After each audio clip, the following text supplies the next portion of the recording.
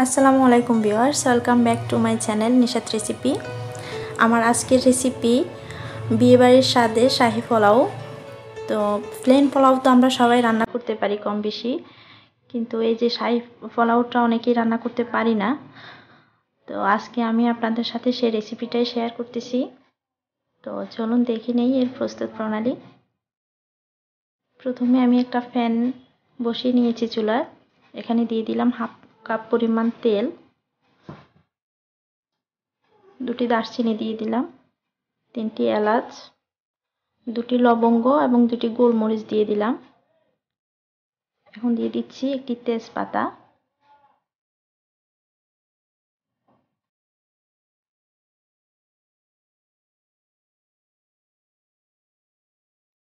দিয়ে দিলাম 1 চিমটি পরিমাণ শাহি জিরা।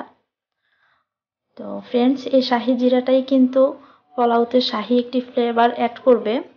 তো এটা কোনোভাবেই স্কিপ করা যাবে না, অবশ্যই শাহি জিরাটা দেওয়ার চেষ্টা করবেন। তো আমি একটু নেড়ে ছেড়ে একটু ফোড়ন তুলে নিচ্ছি। এখন দিয়ে দিলাম পেঁয়াজটাকে একটু ভেজে নিচ্ছি। পুরোপুরি ব্রাউন করতে হবে না, একটু ভাজা ভাজা হলেই হবে। এখন দিয়ে দিচ্ছি চাল। আমি এখানে 2 কাপ পরিমাণ চাল ধুয়ে পানি ঝরিয়ে নিয়েছিলাম।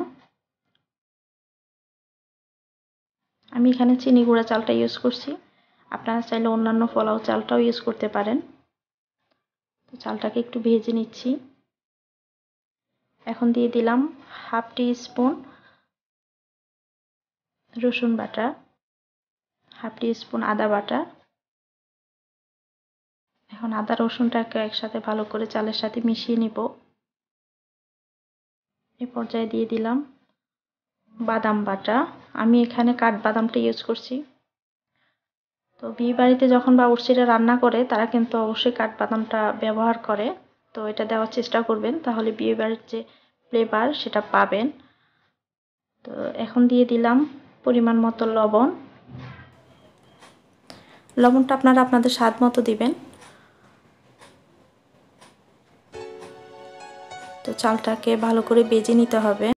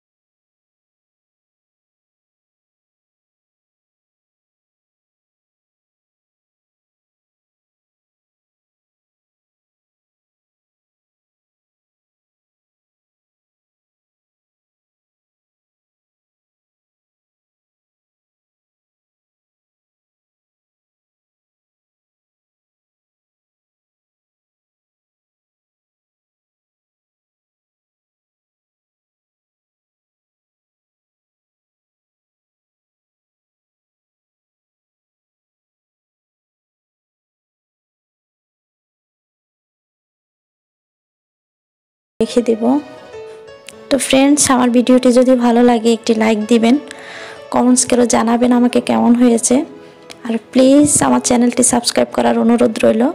আর পাশের বেল আইকনটি অবশ্যই ক্লিক করে দিবেন আমার পরবর্তী রেসিপির নোটিফিকেশন পাওয়ার জন্য। তো আমি 10 মিনিট পর ঢাকনাটা সরিয়ে নিচ্ছি। আমার পোলাওটা প্রায় হয়ে এসেছে।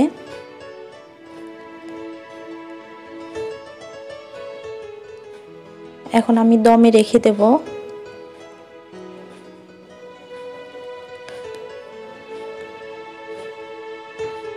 তো দমে রেখে দেওয়ার আগে আমি হাফ টি স্পুন কেওড়া জল ছিটিয়ে দিচ্ছি। এটাও কিন্তু সুন্দর একটা ফ্লেভার অ্যাড করবে পোলাওতে। এখন আমি দমে রেখে দেব 10 মিনিটের জন্য। আর আগুনটা কিন্তু একদম লো ফ্লেমে রাখবেন, যদি আপনাদের হাঁড়িটা পাতলা হয় তাহলে নিচে একটি তাওয়াও দিতে পারেন, তাহলে নিচ থেকে পুড়ে যাবে না।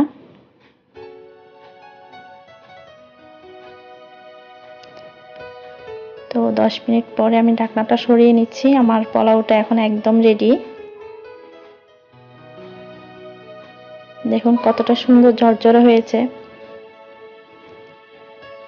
আশা করি বাসায় একবার ট্রাই করে দেখবেন আমার রেসিপিটি ফলো করে।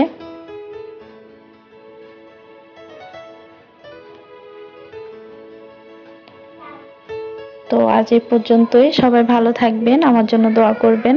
আল্লাহ হাফেজ।